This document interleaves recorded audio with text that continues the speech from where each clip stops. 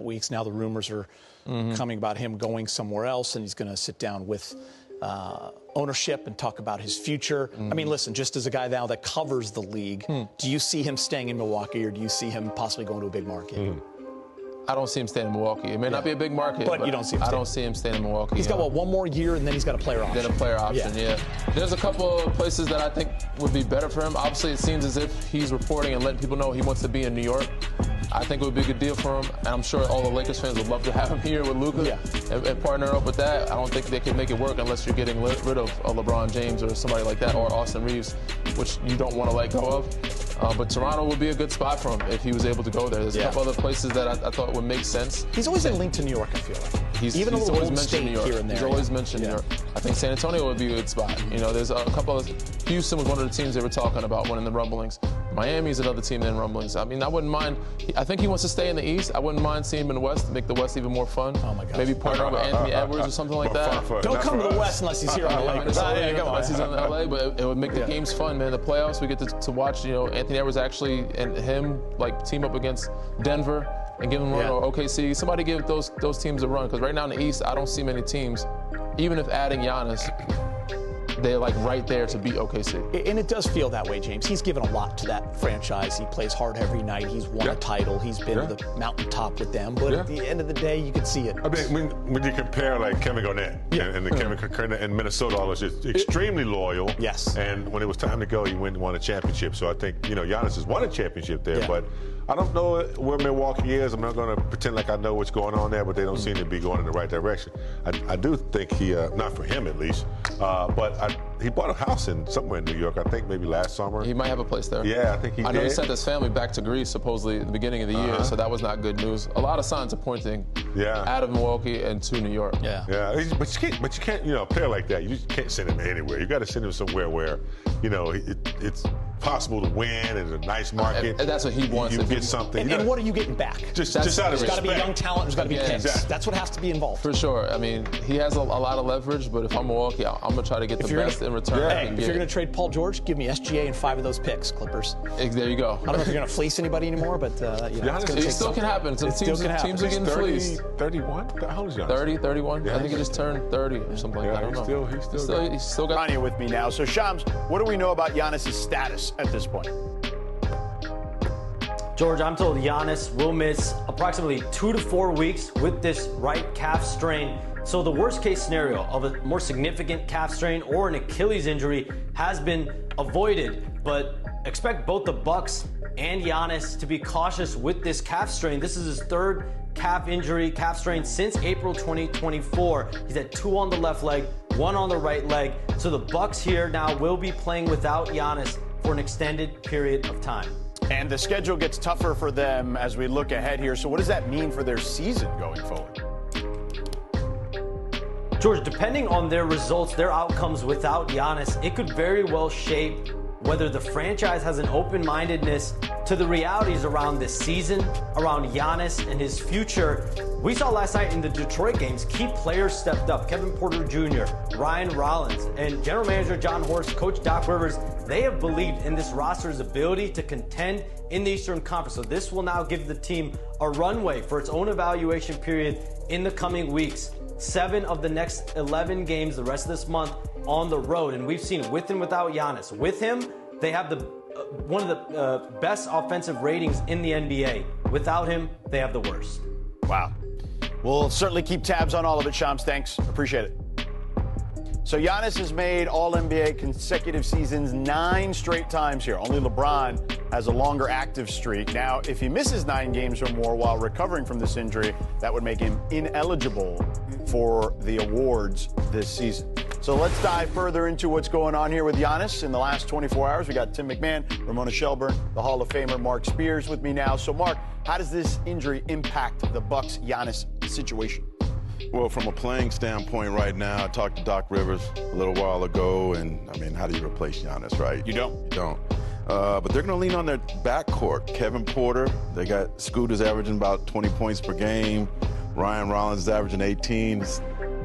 That's not a lot, but that's what they're trying to do. And Jericho Sims is going to start at center, but in terms of, like, trading for Giannis or something like that, I don't need to know his health. He'll come back at some point. If I'm a GM, I'm still trying to get him. I just think it's going to be real quiet, right? That was a heck of a report Shams had yesterday, and I think the entire league stood up and took notice and wants to know more. And everybody I've talked to in the last 24 hours is like, does he have a list? How close are we? Where is this? And because he's going to be out, because Giannis is going to miss, if it's a 4-week injury, that's 11 games. So that's 11 pre-games and post-games and practices and shoot-arounds that nobody's going to be asking him questions about his future in Milwaukee. And I think that's probably, other than the fact that he's not out there, that's probably good for the Bucks, because it's not going to be as much of a story and it's not going to be a distraction day to day, night to night. Those 11 games matter a lot, because if they can stay in contention without him, and they haven't been good without him so far this year, but if they can stay at 500 or close to that, then you have more of a case for when he comes back to say, let's play this out. All right, so Ramona thinks that could potentially be a blessing in disguise in regards to distractions. Tim, how do you feel? A blessing for Giannis in disguise, because he doesn't have to answer the questions on a day-to-day, game-to-game basis. But the question obviously is, has Giannis played his last game in a Bucks uniform? This will absolutely not deflate his value. I mean, it's a 2-time MVP. It's one of the best players in the league. Yeah. Giannis's value is not going to be affected by a 2 to 4 week injury. And look, we've seen as recently as last season a superstar get traded while he was recovering from a calf strain. By the way, I remember that one, for Tim. another superstar who was recovering from his own injury. Right. Yeah. Now, the difference here is if Giannis gets traded, it's not going to be in secret. Okay, the Bucks will Secret create coffee. Yeah, if the Bucks have to trade this guy, they will create a bidding war. Right. And Yeah. again, this injury is not going to impact the interest in him. Absolutely not. All right, well, listen, I don't know if you guys realize this, but there was 45 more minutes of a game yesterday. That's right. between the Bucks and the Pistons. So let's take a look at those 45 minutes of basketball. Game, right? Well, we'll see. We start early in the third. When they're down. Just in case you missed it, the Pistons were leading 64-58 when we pick it up here. And then Miles Turner with the attack on the rim on Isaiah Stewart. Everybody raves about his leadership in Milwaukee this year. Yeah. Gonna have to step up. Yep. And one of the best rim protectors in the league, by the way. 2 minutes left in the third. Isaiah Stewart inside on Bobby Portis, and then they start jawing. Oh, no. Listen. Bobby Got a little Portis nervous can do here. some damage with a punch, but I wouldn't Put mess that- with that Yeah. dude beef stew. Like, I think they're both pretty tough. I wouldn't mess with either I guy. would watch that. I watch that on pay-per-view. Yeah, me too. All right, so Stewart is gone. 5 on it. 2 minutes left in the fourth. Pistons lead by 5. Kevin Porter Jr. with the drive. He finds A.J. Green on the kick. That's pretty. He nails the three. They've Bucks. missed Kevin Porter Jr. when he's been out. Bucks now trail by 2. Next possession, Bucks still trail by 2. Ryan Rollins with the miss. Sims with the putback. Bouncy. So he gets the and one. 13 seconds left. Pistons trail by 3. Cunningham tries. Nowhere near the basket. So the Bucks hold on to win by 4, even without Giannis. Rollins' story is amazing. The Pistons are the highest scoring team in the paint this season, but the Bucks got the upper hand on Wednesday despite getting only 3 minutes from Giannis, who is the individual leader in paint points this particular season. Milwaukee's 79% clip in the paint was also the best by any team against Detroit this season. Jamal Murray coming off his season worst 10 points against Dallas on Monday, where he was also dinged up, sprained his ankle in the third, didn't come back for the fourth.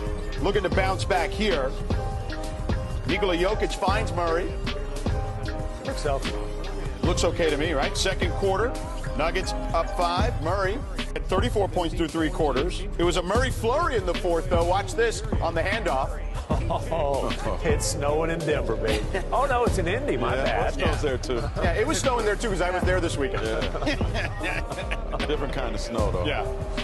Oh, my God. Oh, my gosh. You okay? My hands are so hot that the snow's got to cool it off, but even that can't do it. Here's another 3. Oh, no, little step back there. Come on. Oh, the arrow? Gave him the arrow? Murray, 52 points, 10 of 11 from 3. My guys over here, they owe me some words, so you know I got everybody here. What's up, brother? What are you doing? Outstanding game. What is going on? Do Mans have something to say? Holy smokes. Nah, that's how you're feeling, bro? It's crazy. Hey, I'll be the first to say it. Yo, Jamal, you're the best, brother. Yeah, Jamal. Best to ever do it. Best to ever do it. You already know. Well, they're not wrong. The group chat there was not wrong. Jamal Murray shot 19 for 25, including 10 of 11 from 3, as I mentioned. It's the second time Murray has had an effective field goal percentage of 95% or better in a game with at least 25 shots. Nobody else has done that once in NBA history. So Jamal Murray is already the third Nugget this season with a 50-burger, joining Jokic and Aaron Gordon. Denver becomes the third team in NBA history with 3 different players to drop 50 in a game in the same season. Steph, KD, and Clay did it for the Warriors in 18-19. Hello, purple and gold fans. Welcome to another special update here on our Lakers channel. Today we bring you important information about what's going on behind the scenes at the franchise, the atmosphere in the locker room, and the team's next steps during a crucial moment in the season. So, like this video, subscribe to the channel, and come along, because the news is hot.